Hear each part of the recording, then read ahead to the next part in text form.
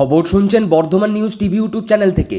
আজকের বিশেষ খবর হলো ঘূর্ণিঝড় রেমাল, সতর্কতা বাতিল বিমান পরিষেবা, বিভিন্ন শাখায় বাতিল বহু ট্রেন, তৃণমূল বিধায়ককে খুনের হুমকি, ঝাড়খণ্ড থেকে ফোন পেয়ে পুলিশের দ্বারস্থ প্রাক্তন মন্ত্রী জাকির হোসেন, ষষ্ঠ দফায় উত্তপ্ত নন্দীগ্রামে তৃণমূলের মহিলা উপপ্রধানকে মারধর, শ্লীলতাহানির অভিযোগ, তৃণমূল পঞ্চায়েত সদস্যার স্বামী সিভিক ভলেন্টিয়ারকে ধারালো অস্ত্রের কোপ, ভোটের আগেই দমদম লোকসভায় খেলা ঘুরিয়ে দিল টিএমসি, সিপিআইএমের প্রচারে পুলিশ বাধা, গণতান্ত্রিক অধিকার কেড়ে নেওয়া হচ্ছে তোপ মীনাক্ষীর। দু একটি বিক্ষিপ্ত ঘটনা ছাড়া রাজ্যে ষষ্ঠ দফা ভোট পর্ব ছিল মোটের ওপর শান্তিপূর্ণ। 8টি আসনে গতকাল গড়ে ভোট পড়েছে 80%-এর বেশি। তৃণমূল কংগ্রেস প্রধান মুখ্যমন্ত্রী মমতা ব্যানার্জি গতকাল হরোয়ার জনসভায় দাবি করেন, ষষ্ঠ দফা নির্বাচনে নন্দীগ্রাম ও খেজুরিতে বিজেপি গুন্ডামি করছে।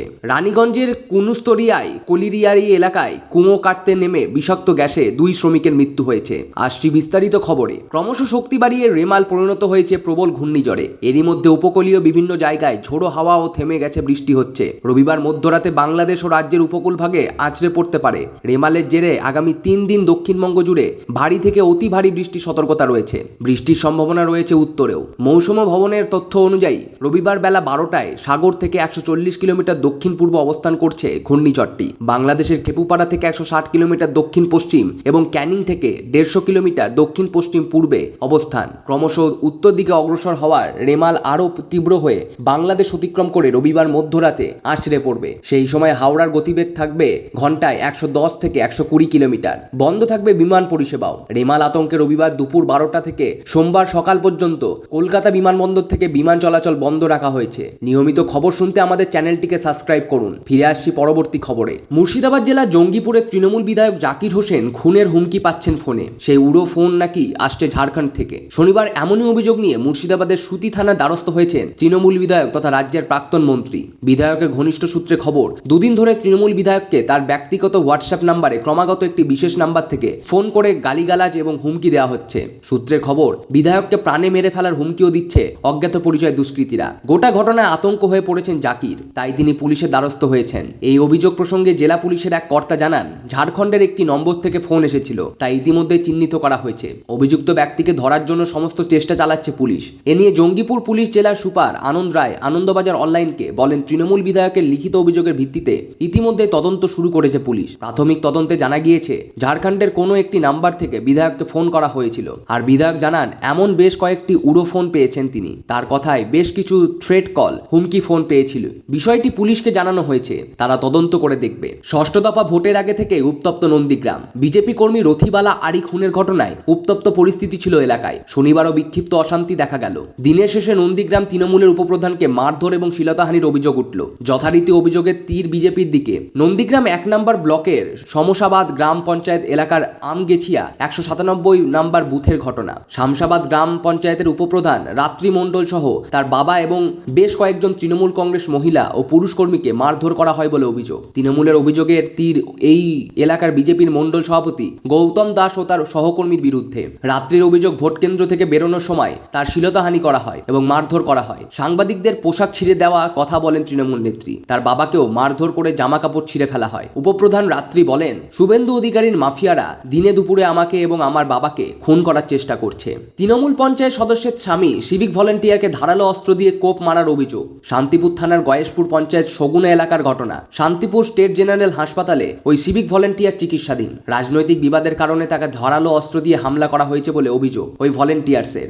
আক্রান্তের দাবি, গত পঞ্চায়েত নির্বাচনে তাসরি তৃণমূল দলের প্রার্থী ছিলেন। অপরদিকে তার প্রতিদ্বন্দ্বী নির্দল প্রার্থী তকবিরা বিবির স্বামী সাকিব শেখের ভোটের পর মৃত্যু হয়। সাকিব শেখের পরিবারের দাবি, ষড়যন্ত্র করে কবিরাজি ঔষধ খাইয়ে সাকিব শেখ হত্যা করা হয়েছে। আর সেই সন্দেহের তীর বর্ধমান গয়েশপুর পঞ্চায়েতের তৃণমূল সদস্যের স্বামী শরীয়ত মণ্ডলের ওপর গিয়ে পড়ে। শরীয়ত মণ্ডল শান্তিপুর থানার সিভিক ভলেন্টিয়ার সে কর্মরত। আক্রান্তের দাবি, সন্দেহবশতই তাকে ফোন করে ডেকে হামলা চালানো হয়েছে। এক্ষেত্রে নির্দল প্রার্থীর পরিবারের বিরুদ্ধে অভিযোগ। সিভিক ভলেন্টিয়ার্সের পরিবারের দাবি, বিগত পঞ্চায়েতের নির্বাচনে তৃণমূলের টিকিট না মেলায় নির্দল প্রার্থীর হয়ে নির্বাচন প্রতিদ্বন্দ্বিতা করে। আর সেই নির্বাচনই সিভিক ভলেন্টিয়ার্সের স্ত্রী ইসমাতারা বিবির কাছে ভোটের পরাজয় হয়। আর তারপর থেকেই ক্ষোভ বাড়ে ওই পরিবারের ওপর। নির্দল প্রার্থীর পরিবার অবশ্য অভিযোগ অস্বীকার করেছে। ঘটনা তদন্ত শুরু করেছে পুলিশ। ষষ্ঠ দফা শেষ হয়েছে, বাকি আর 1 দফার নির্বাচন। তার মধ্যে অন্যতম কেন্দ্র হলো দমদম লোকসভা। আর আর সেইখানে কিন্তু খানিকটা শক্তি বৃদ্ধি করে নিল তৃণমূল। ভোটের ঠিক এক সপ্তাহ আগে ওই কেন্দ্রে বড়সড় ভাঙন কংগ্রেসে। হাট শিবিরের এক নেতা সহ 70 জন কর্মী যোগদান করলেন তৃণমূলে। ফলত রাজনৈতিক বিশেষজ্ঞরা মনে করছেন ভোটে কার্যত কিছুটা এগিয়ে গেল তৃণমূলের সূত্রের খবর, রাজ্যের কৃষিমন্ত্রী শোভনদেব চট্টোপাধ্যায়ের হাত থেকে কংগ্রেসের খড়দা ব্লক সমিতির শ্যামল সরকার ও অঞ্চল সভাপতি তপন দে সহ 70 জন কংগ্রেস কর্মী যোগ দিলেন তৃণমূলে। তবে দলের প্রতিক্রিয়া যে ওই যোগদলের ফলে আসন্ন লোকসভা ভোটে কোনো রকমই প্রভাব পড়বে না। শনিবার ষষ্ঠ দফায় ভোট মিটেছে। আগামী 1 জুন সপ্তম দফা হলেও রাজ্যে ভোট গ্রহণ সম্পন্ন হবে। বর্তমানে শেষ দফার ভোট প্রচারে নেমে পড়েছে কম বেশি প্রত্যেকটি রাজনৈতিক দল। রবিবার সকালে যেমন প্রচারে বেরিয়েছিলেন সিপিএম, মুখ্যমন্ত্রী মমতা বন্দ্যোপাধ্যায়ের পাড়ায় প্রচার করতে যান বামেরা, কিন্তু সেখানে পুলিশের তরফ থেকে বাধা দেওয়া হতেই উত্তপ্ত হয়ে ওঠে পরিস্থিতি। এদিন সকালে দক্ষিণ কলকাতার সিপিএম প্রার্থী সাইরা শাহ হালিমের সমর্থনে প্রচারে বেরিয়েছিলেন ডিওয়াইএফআই নেত্রী মীনাক্ষী মুখোপাধ্যায় সহ স্থানীয় তৃণমূল সিপিএম কর্মী সমর্থকরা। রাজ্যের মুখ্যমন্ত্রী তথা তৃণমূল কংগ্রেস সুপ্রিমো মমতা বন্দ্যোপাধ্যায়ের পাড়া কালীঘাটের হরিশ চ্যাটার্জি স্ট্রিটেও প্রচারে যান তারা, কিন্তু সেখানে পুলিশ বাধা দেয় বলে অভিযোগ। সেই ঘটনাকে কেন্দ্র করে পুলিশের সঙ্গে বাকবিতণ্ডায় জড়িয়ে পড়েন মীনাক্ষী ও বাম কর্মী সমর্থকরা। ফিরে আসছি আবার খবরে। পূর্ব মধ্য বঙ্গোপসাগরের ওপর সৃষ্ট অতি গভীর নিম্নচাপ শক্তি বাড়িয়ে প্রবল ঘূর্ণিঝড় রেমালের রূপ নিয়েছে। গতকাল রাত 2:30 নাগাদ বাংলাদেশের খেপুপাড়ার 300 কিলোমিটার দক্ষিণ দক্ষিণ পশ্চিমে, ক্যানিং থেকে 320 কিলোমিটার দক্ষিণ দক্ষিণ পূর্বে এবং দীঘার 410 কিলোমিটার দক্ষিণ দক্ষিণ পূর্বে অবস্থান করছিল। সাগরদ্বীপ থেকে 290 কিলোমিটার দক্ষিণ পূর্বে অবস্থানরত রেমাল গত 6 ঘন্টা ধরে এগিয়েছে ঘন্টায় 6 কিলোমিটার গতিতে। এই ঝড় আরও শক্তি সঞ্চয় করে আরও উত্তর দিকে অগ্রসর হয়ে অতি প্রবল ঘূর্ণিঝড়ের রূপ নেবে। আজ রাত 11:30 নাগাদ সাগরদ্বীপ ও খেপুপাড়ার মাঝামাঝি বাংলাদেশের মঙ্গলার দক্ষিণ পশ্চিম দিয়ে পশ্চিমবঙ্গ ও বাংলাদেশ উপকূল অতিক্রম করবে রেমাল। ঝড়ের গতি ঘন্টায় 110 থেকে 120 এবং সর্বোচ্চ 135 কিলোমিটার হতে পারে। সেই সঙ্গে 1 মিটার পর্যন্ত জলোচ্ছ্বাসের সতর্কতাও জারি করা হয়েছে। এর ফলে আজ থেকে 28 মে পর্যন্ত দক্ষিণবঙ্গের সবকটি জেলার বৃষ্টি হবে। 2 চব্বিশ পরগনা, 2 পূর্ব মেদিনীপুর, কলকাতা, হাওড়া এবং হুগলি জেলায় আজ ভারী থেকে অতি ভারী বৃষ্টির সম্ভাবনা। 2 চব্বিশ পরগনা এবং পূর্ব মেদিনীপুরের বৃষ্টির পরিমাণ 20 সেন্টিমিটারের বৃষ্টির লাল সতর্কতা জারি করা হয়েছে। পশ্চিম মেদিনীপুর, নদিয়া এবং পূর্ব বর্ধমানে 7 থেকে 20 সেন্টিমিটার বৃষ্টির কমলা সতর্কতা এবং বাকি জেলাগুলিতে প্রবল বৃষ্টির হলুদ সতর্কতা জারি করা হয়েছে। আগামীকাল নদিয়া এবং মুর্শিদাবাদ জেলার বেশ কিছু এলাকায় অতি প্রবল বৃষ্টির লাল সতর্কতা জারি করা রয়েছে।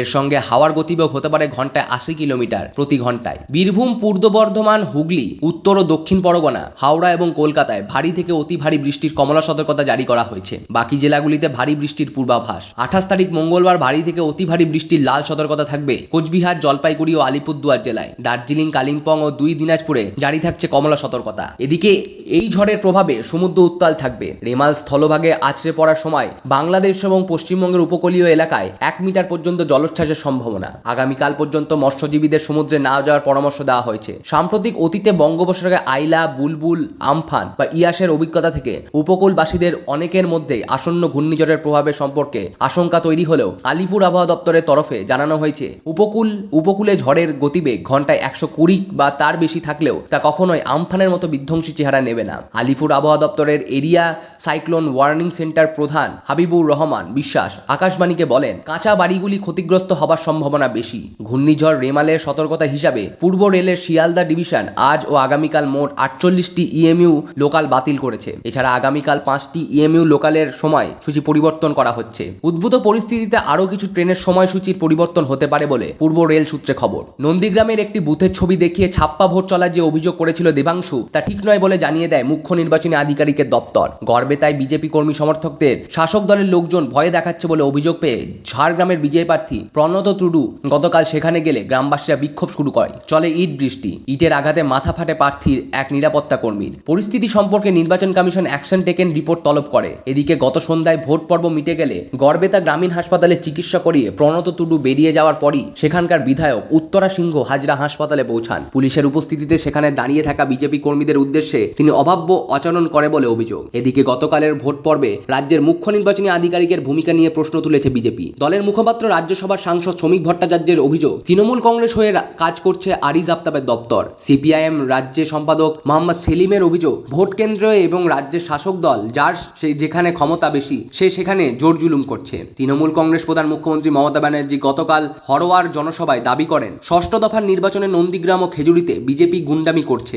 বাংলায় বিজেপিকে হারাবে এবং ইন্ডিয়া জোটকে কেন্দ্র ক্ষমতায় নিয়ে আসবে বলে তৃণমূল নেত্রী প্রত্যবক্ত করেন। মহিষাদলে দলীয় কর্মী খুনের বদলা রাজনৈতিকভাবে নেওয়া হবে বলেও জানান তিনি। এদিকে গতকাল মিনা খাঁর বিধায়ক উষারানী মণ্ডল জনসভায় যোগ না দেওয়ার, দল তার সঙ্গে কোনো সম্পর্ক রাখবেন না এবং ক্ষমা না চাওয়ার পর্যন্ত দলে আর তার কোনো স্থান হবে না বলে মুখ্যমন্ত্রী স্পষ্ট জানান। এরপর মুখ্যমন্ত্রী রাজারহাট গোপালপুরে দলীয় প্রার্থী সৌগত রায়ের সমর্থনে জনসভায় বলেন, দেশ স্বাধীন হয়েও মোদী সরকারের আমলে সকলেই পরাধীন, কেন্দ্রের সরকার সকলকে জেলে ভরতেই ব্যস্ত। খবর এই পর্যন্তই।